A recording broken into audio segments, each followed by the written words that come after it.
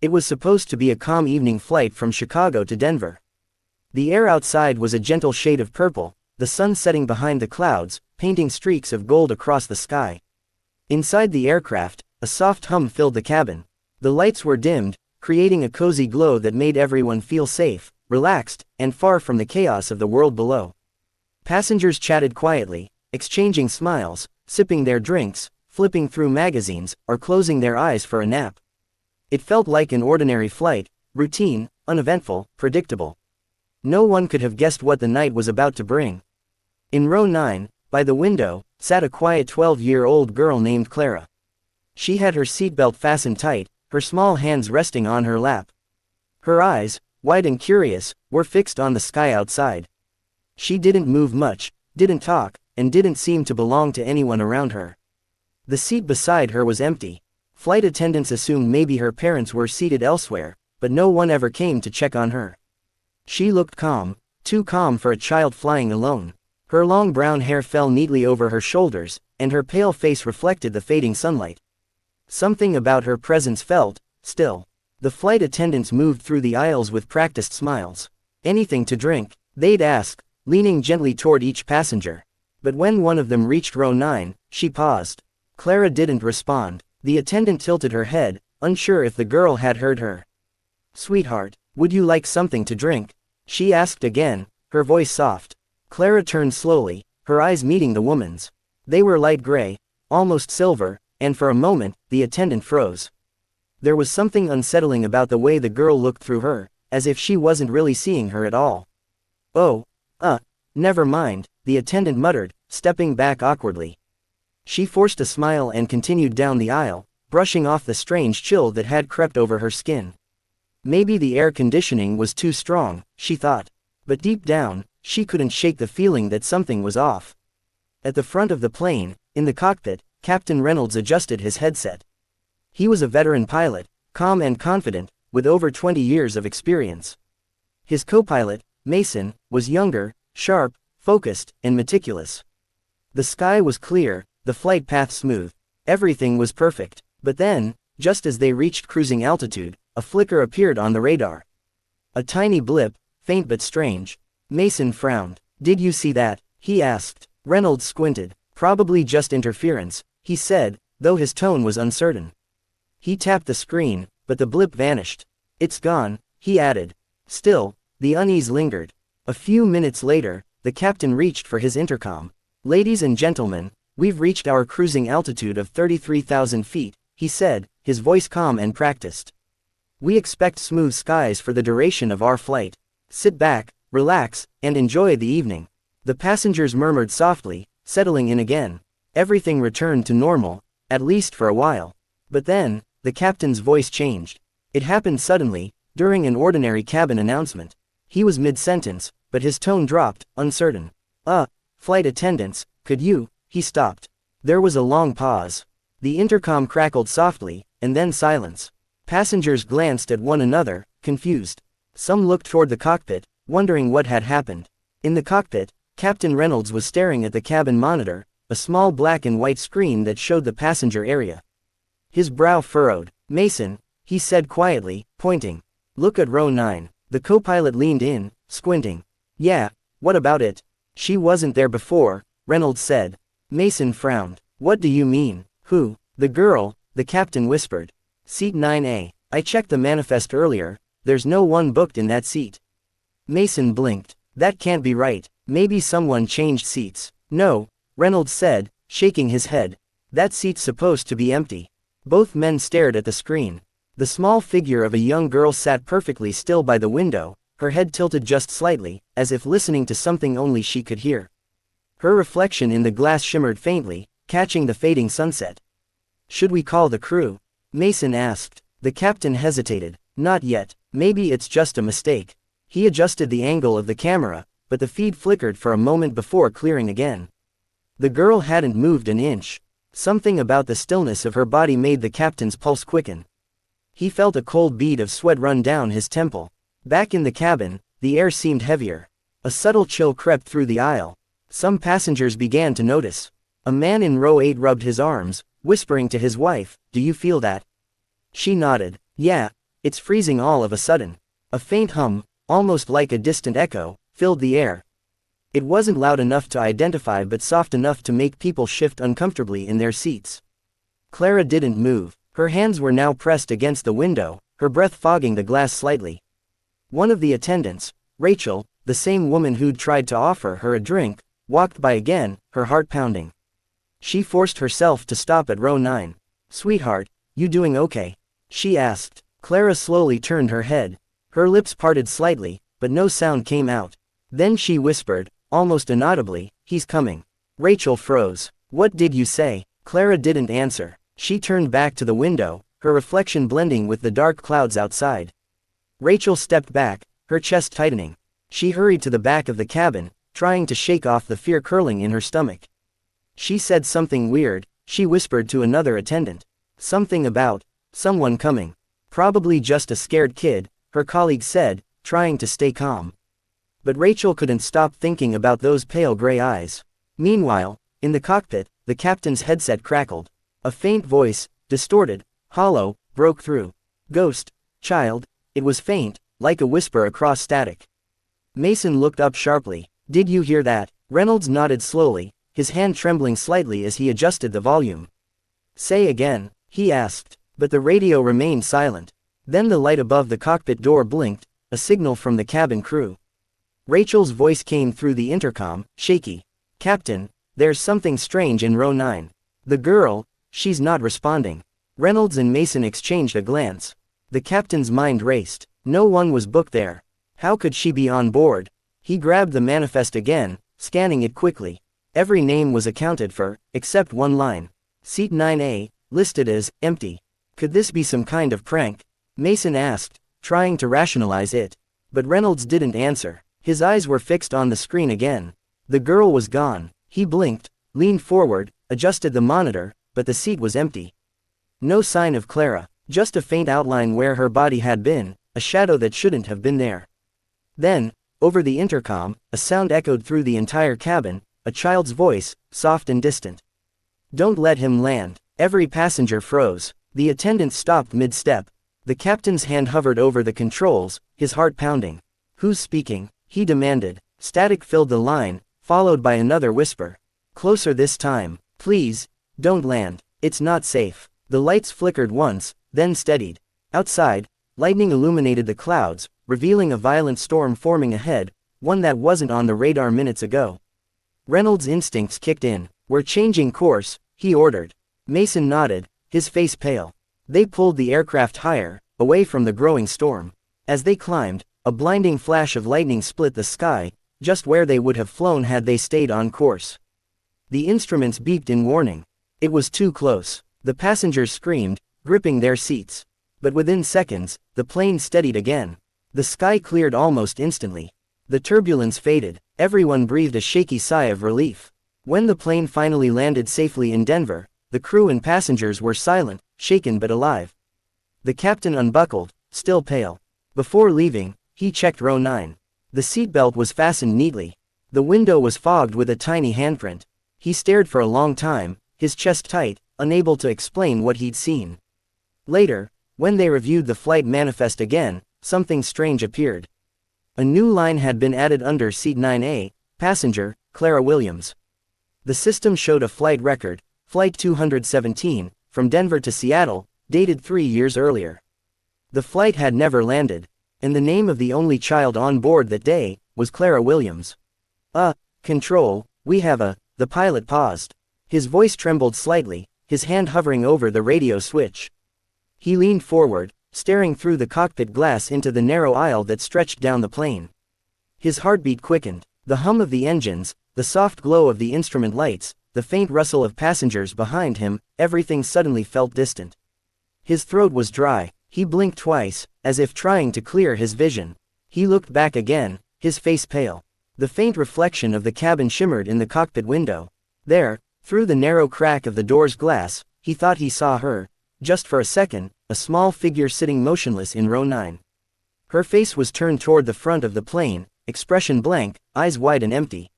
He swallowed hard and whispered to his co-pilot, "Row 9, do you see her?" The co-pilot, Mason, looked confused. "What are you talking about?" The girl, the captain whispered. The one in the middle of the cabin. Row 9. She's just sitting there. Mason turned his head slightly to glance at the small black and white monitor that showed the cabin feed. Passengers shifted, attendants moved about, and soft light glowed across the seats, but row 9 looked empty. He frowned. There's no one there, he said, his tone calm but unsure. Captain Reynolds didn't answer right away. His fingers tapped nervously against the throttle. He knew what he'd seen. For that brief second, the reflection had been too real to dismiss. A child, sitting perfectly still, staring straight toward the cockpit. He turned again to look at the monitor. Row 9 remained empty. I swear I saw her, he murmured. Mason tried to keep his voice steady. Maybe you caught a reflection. The lighting in the cabin can play tricks. Especially at this altitude. Reynolds didn't respond. His chest felt tight, a strange unease crawling up his spine. The cockpit was quiet except for the rhythmic beeping of the instruments and the low rumble of the engines. Outside, the sky was an endless black ocean, clouds illuminated now and then by distant flashes of lightning. He adjusted his headset and pressed the radio switch again. Denver Control, this is Flight 482, he stopped. Static filled his earpiece. No response. He tried again, but the line crackled, distorting his words. Denver Control, do you copy? Still nothing. Mason frowned, checking the communication panel. Signal's good on our end. They should be hearing us. Reynolds leaned back in his seat, his pulse pounding. He glanced again through the glass, his eyes narrowing. The aisle was dim now, only the faint glow of reading lights visible from the cockpit's view. For a brief moment, he thought he saw movement, a flicker of a white sleeve, a shadow shifting near row 9, but it disappeared as quickly as it came. In the cabin, passengers were quiet, some dozing, others reading or listening to music. One of the attendants, Rachel, was pushing the drink cart slowly down the aisle. Her smile was tired but kind. As she reached row 8, she paused. Her eyes drifted to row 9. There was a child sitting by the window, a girl, maybe 12 years old, with long brown hair and a white dress that looked too old-fashioned for her age. She wasn't on the manifest, Rachel remembered. That row had been empty when they took off. Sweetheart, she said softly, are you okay? The girl didn't move. Her head was slightly turned toward the window, and her hand rested gently on the glass. Rachel hesitated. Do you need anything to drink? Water, juice. Still no response. Rachel frowned and crouched slightly to meet the girl's face. Honey, she said again, her voice quieter now. But when the girl turned her head slowly, Rachel felt her stomach twist. The child's eyes were gray, flat, colorless, and strangely empty. Her lips moved just a little, as though she were about to say something, but no sound came out. Then, without warning, the lights above flickered. Rachel gasped and stumbled back. The drink cart rattled, a few cups toppling over. Sorry, she muttered, flustered. When she looked up again, the girl was gone. Her heart pounded. She blinked rapidly, trying to process what had just happened. She leaned forward to check the seat again, empty. Just a folded blanket and a seatbelt neatly placed on the cushion. She looked down the aisle, confused. No one had moved. Every passenger nearby was either asleep or staring blankly at their screens. Did anyone see that? She whispered, but no one responded. Back in the cockpit, Mason noticed the lights flicker on the monitor feed. That's weird, he said. We're not even in turbulence. Reynolds didn't answer. His eyes were fixed again on the glass. She's there, he whispered. Mason turned sharply. What? The girl, Reynolds said, his voice shaking now. She's standing. Mason glanced at the monitor again, still nothing. He looked back at his captain. There's nobody there. Reynolds exhaled sharply, trying to steady himself. I'm telling you, Mason. She's there. I can see her through the reflection. She's staring at us. Captain, Mason said carefully, maybe you should take a minute. We've been flying long hours this week. You're probably just tired. But Reynolds didn't hear him. He was leaning closer to the glass, his eyes wide. Her eyes, he murmured. They're gray. Suddenly, a burst of static filled the radio again. A voice, faint, distorted, echoed through the cockpit speakers. It was a child's voice. Don't land. Both men froze. What the hell was that? Mason whispered. Reynolds stared at the comms panel. The voice had been clear for a second, then vanished completely. He swallowed hard, his throat dry. Control, this is Flight 482. We just had interference on the line. Say again. No response, only static. Mason reached for the backup channel. This is Flight 482. Requesting confirmation of communication. He stopped mid-sentence. A faint knock echoed from behind them. Once. Then again. 3 soft knocks, coming from the cockpit door. Both men froze. The captain's hand instinctively moved toward the latch, but he stopped himself. "Did you lock it?" he whispered. "Of course," Mason said, his voice barely audible. "It's locked." The knocking came again, slightly louder this time. Then, silence. Reynolds' breathing grew shallow. His mind raced. "Who's out there?" he called, trying to sound firm. No answer. He waited a few seconds, then slowly turned back to the monitor. Row 9 was still empty. "Maybe it's a passenger trying to talk to us," Mason offered weakly. Reynolds shook his head. "No, they can't come up here without authorization. The crew knows that." The cockpit lights flickered again. The temperature seemed to drop. Reynolds rubbed his hands together, trying to shake the sudden chill. Mason adjusted his headset, tapping the console nervously. "Maybe we're flying through static discharge," he said, forcing a rational tone. Then, from the cabin speakers, a faint sound drifted in, a child humming. A soft, slow tune, barely audible but unmistakably human. Reynolds and Mason looked at each other, their faces pale. "That's coming from the intercom," Mason whispered. Reynolds reached for the control switch and killed the cabin feed. The humming stopped instantly. The silence that followed felt heavy, suffocating. After several long minutes, Reynolds spoke quietly. "I saw her before, Mason. I saw her sitting there, right where the empty seat is." Mason hesitated. "Captain, what if?" He trailed off, unsure how to continue. "What if what? What if it's her? You know, the story from Flight 217. Reynolds froze. He'd heard the same rumor years ago, another Denver route, another calm evening flight. The story of a little girl who vanished midair after warning the pilots of a storm ahead. That flight had disappeared from radar shortly after. Only fragments of debris were ever found. Reynolds swallowed hard. "Don't start with that," he muttered. "That was just an accident. A systems failure." Mason nodded, but his hands trembled slightly. "Yeah, sure." The rest of the flight was eerily quiet. Every creak, every flicker of light made both men tense. When they finally began their descent, the clouds outside thickened. Lightning flickered across the horizon. The radar lit up with red and yellow blips, sudden turbulence, unpredicted by weather reports. Reynolds hesitated. "We can hold off. Wait until the storm clears." But then the voice came again, clear this time, soft and echoing through the cockpit speakers. "Pull up." Both men jumped. The same voice as before. The same cold tone of a child. "Pull up," it repeated. Reynolds' instincts took over. He yanked the yoke back, climbing sharply. The plane groaned, alarms blaring. Outside, lightning split the clouds just ahead, right where they would have descended.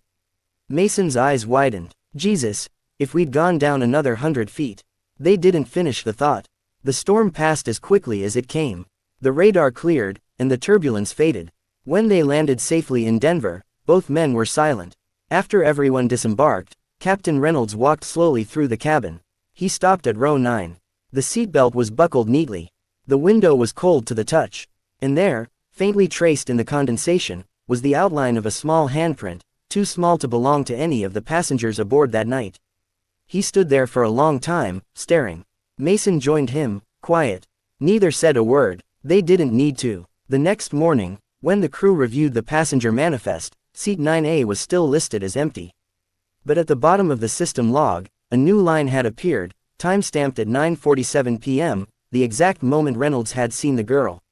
It read simply, "Passenger name, Clara Williams, Flight 217.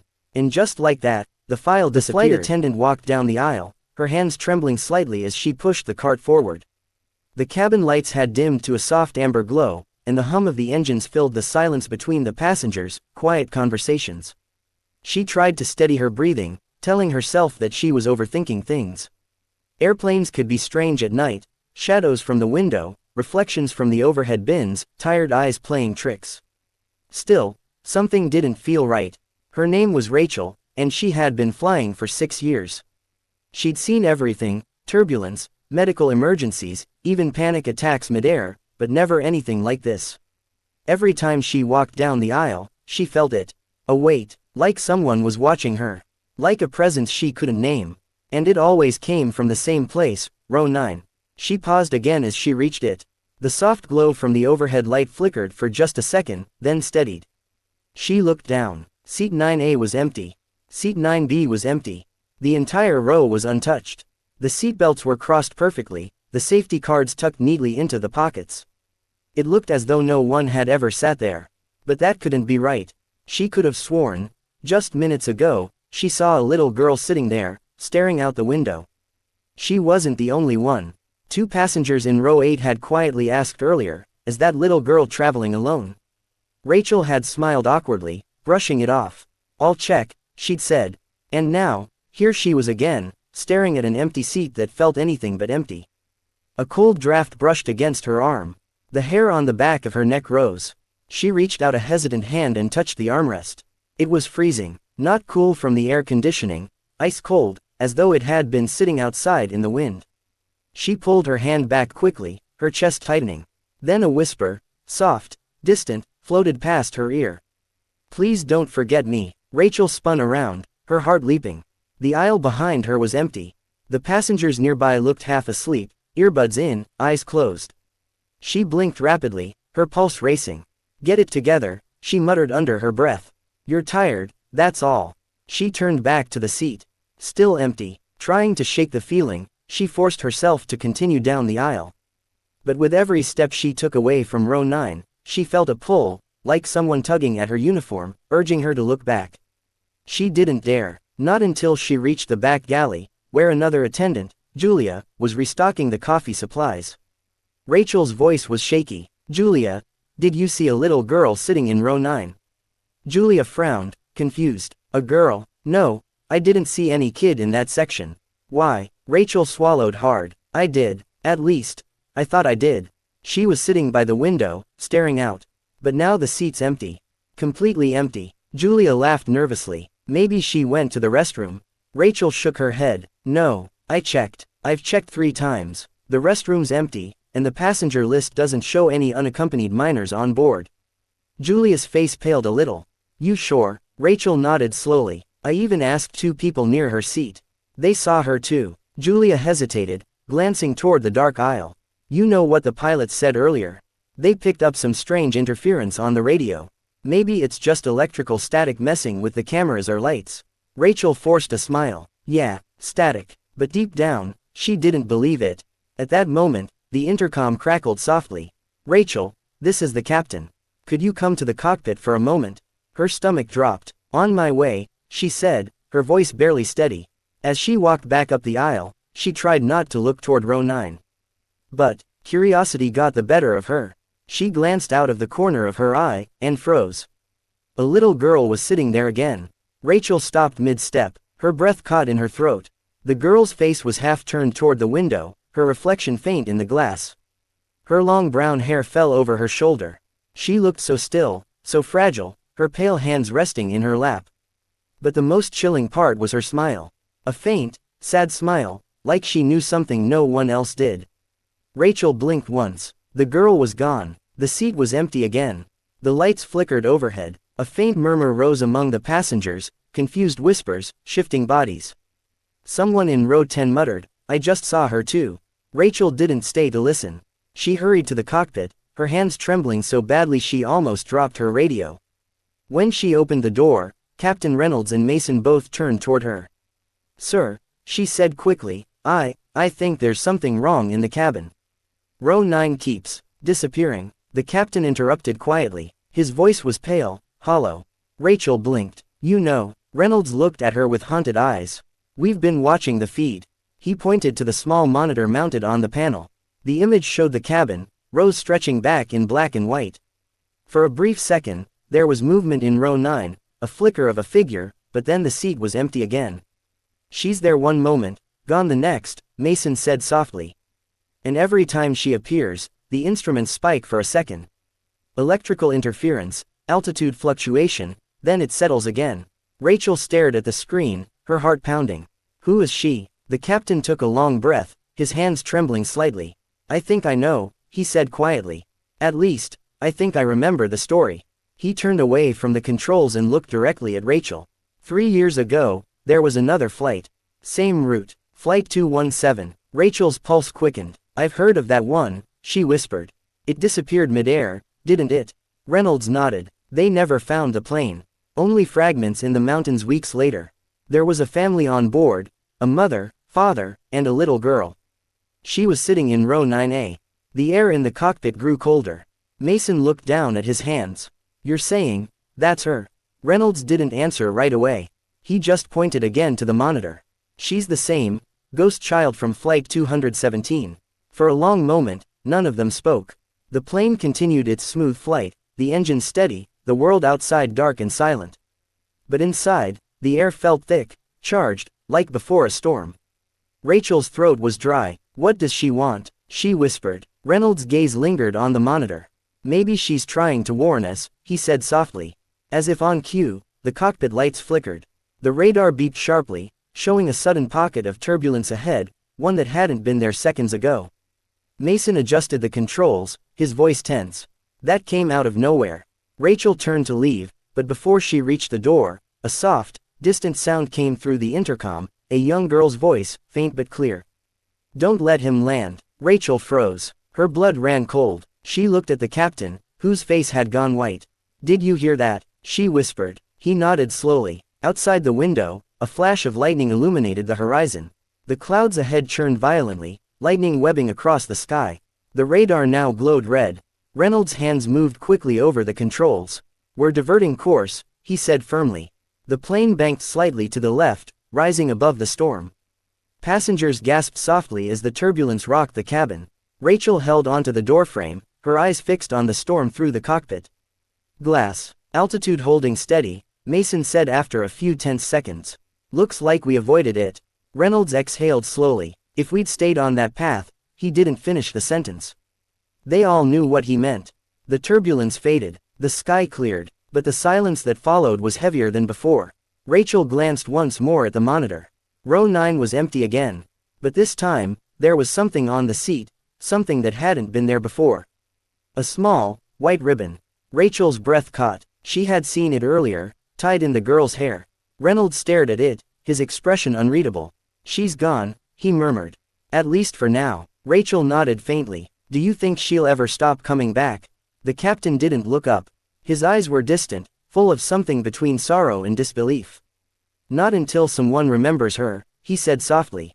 When they landed safely that night, every passenger left the plane in silence, still shaken but alive. The maintenance crew went through their usual checks, noting nothing unusual, except one small thing. The seat in row 9A was ice cold to the touch, even after the cabin had been cleared. And when the records were checked, the system glitched for a moment before revealing something that made the technicians' hands shake. Seat 9A, occupied. Name, Clara Williams. Flight 217, deceased. Before anyone could screenshot it, the entry vanished from the screen. No one spoke of it again. But the next time Flight 482 took off on the same route, the attendants noticed something strange as they did their pre-flight checks. Row 9's window had a faint handprint on the inside, and beneath it, written in the condensation, were two faint words, almost like a whisper frozen in time. The temperature dropped so suddenly that passengers began rubbing their arms, confused. A chill spread through the cabin, not the kind caused by air conditioning, but something sharper, older, like a wind that didn't belong 30,000 feet above the ground. The lights flickered once, twice, then steadied again, casting long, trembling shadows along the aisle. A few people murmured, shifting in their seats, uneasy. One woman pressed her call button and whispered, "Excuse me, is everything okay?" To the flight attendant passing by. The attendant nodded, forcing a smile, but her own hands were trembling. In the cockpit, the pilots were tense. Captain Reynolds gripped the yoke tightly, eyes flicking between the radar and the storm ahead. Mason, his co-pilot, was monitoring the instruments, his brow furrowed. That storm came out of nowhere, Mason muttered. We didn't have anything like this on the weather charts. I know, Reynolds replied, his voice low. It's moving fast, too fast. Then the intercom crackled. At first, it was faint, just static. But then, through the static, a voice came. A soft, childlike whisper. Don't land, it's not safe. Both men froze. Mason's eyes shot up. Did you hear that? Reynolds didn't answer right away. He adjusted the volume knob, listening. Say again, he called into the mic, trying to keep his voice calm. The cockpit filled with nothing but static again. But underneath it, just barely, came the same voice, a little louder now. Please, don't land. The words were soft, trembling, almost sad. It was unmistakably a child's voice. Mason looked pale. That wasn't control, he said quietly. Reynolds shook his head. No, it wasn't. The lights flickered again, and a low rumble of thunder echoed outside. The aircraft shuddered as turbulence struck. Passengers gasped, clutching their armrests. Rachel, the flight attendant, stumbled slightly as she moved down the aisle, steadying herself against a seat. She heard the whispers too, faintly through the speakers, soft words that didn't belong to any human voice she knew. She glanced at row 9. Empty, but the air around that seat shimmered faintly, as though heat were distorting it, only the air was freezing cold. In the cockpit, alarms began to beep. Mason scanned the instruments. Altitude warning, something's wrong with the sensors. The storm outside thickened. Lightning flashed in the distance, illuminating the clouds like veins of white fire. Reynolds gritted his teeth. We need to change course. Negative, Mason said quickly, pointing to the radar. We've got a pressure pocket to the west. We're trapped between the storm and crosswinds. Reynolds adjusted the throttle, steadying the aircraft. His heartbeat thundered in his ears. We'll go above it, he said. Gain altitude, now. But before he could act, the voice returned, clearer this time. Pull up. Reynolds' hands froze on the controls. Mason looked at him, terrified. That voice again. Pull up. The voice repeated, louder now, almost desperate. Reynolds didn't hesitate. Instinct, or something deeper, kicked in. He yanked the yoke back, pushing the engines to full power. The plane roared as it climbed sharply. Passengers screamed, some crying out as drinks toppled from trays. The cabin tilted steeply, and luggage shifted in the overhead bins. Rachel braced herself, shouting over the noise, everyone, stay seated. Outside the window, lightning split the clouds in a blinding flash. A streak of white light tore through the space where the plane had been seconds earlier. The explosion of thunder came a heartbeat later, rattling the fuselage like an angry drum. If Reynolds hadn't pulled up when he did, the lightning would have hit them head-on. Mason's hands were shaking. How did she know? Reynolds didn't answer. His eyes were locked on the radar, breathing hard. I don't know, he said quietly. But if we hadn't listened, he didn't finish the sentence.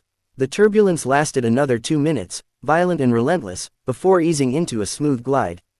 The storm cleared as suddenly as it had appeared. The clouds opened up, revealing a wide stretch of moonlit sky. Silence filled the cabin.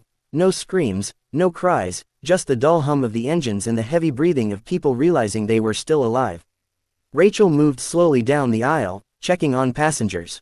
Is everyone okay? She asked softly, her voice calm despite the adrenaline racing through her veins. People nodded, some wiping tears, some staring blankly ahead. When she reached row 9, her steps faltered. The seatbelt was buckled neatly, but something about it looked wrong. She reached out and touched it. The fabric was damp and icy, as though it had just been pulled from the rain. She looked toward the window.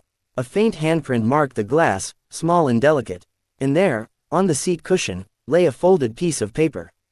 Her fingers trembled as she picked it up. It was old. The edges yellowed. The ink had faded, but the words were still clear enough to read. Tell him not to land in the storm. Please. Rachel's breath caught. Her knees weakened, and she nearly dropped the note. She looked around quickly, but the seat beside her was empty, utterly still. She felt an overwhelming sadness fill her chest, like the echo of a memory that didn't belong to her. In the cockpit, Mason was reviewing the flight log. Captain, he said slowly, you need to see this. Reynolds leaned over. On the screen, the system had recorded a transmission, time-stamped exactly at the moment the voice first came through the intercom. But the source wasn't air traffic control.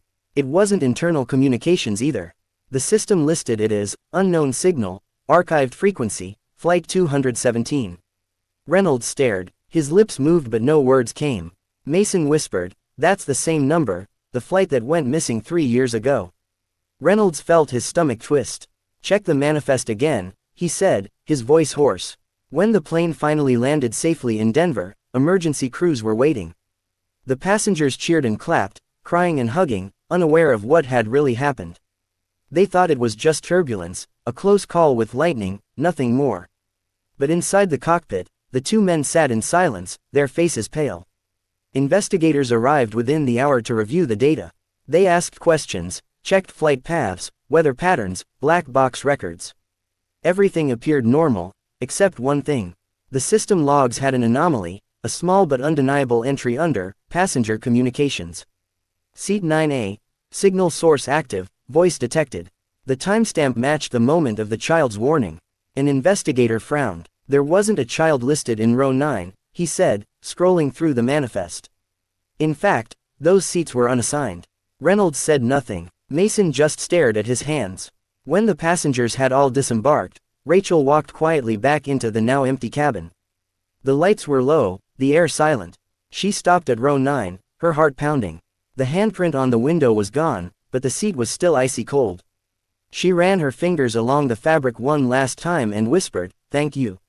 A faint breeze brushed past her cheek. Impossible, with the doors closed, and for just a second, she thought she heard a child's voice whisper back, "You're welcome." She turned, but no one was there. Later that night, after everyone had gone, maintenance crews boarded the aircraft for inspection. One mechanic, a quiet man named Lewis, walked through the cabin with a checklist. When he reached row 9, his flashlight flickered. He tapped it twice and aimed it at the seats. For a split second, he saw something that made him freeze. A small figure, translucent, pale, sat by the window, her face turned toward the glass. Her lips moved soundlessly, and her reflection shimmered in the light. Then, in the blink of an eye, she was gone. Lewis stood there for a long moment, unable to move. Finally, he backed away slowly and whispered to himself, "Not again." The next morning, the airline's system automatically archived the flight's passenger data. Everything looked normal: names, ticket numbers, boarding passes, except for one unexplained entry that had appeared overnight. Seat 9A, Clara Williams. Flight number 217. Status: deceased, 3 years ago. When investigators tried to access it again, the file had already deleted itself. Captain Reynolds never spoke publicly about that night. Mason transferred to a different route. Rachel took a long leave from flying. But those who knew them said something in their eyes had changed, like they had seen something they couldn't explain, something that haunted them long after. And yet, there were whispers among the crew that stayed.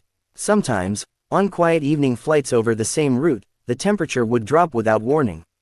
The lights would flicker once, twice, and then, for just a second, someone would glance at the reflection in the cockpit glass and swear they saw a young girl in row 9, staring out the window. And every time a storm appeared suddenly on their path, the pilots swore they could hear a faint voice in the static, calm, almost kind, yet firm. "Don't land." And when they listened, they always made it home.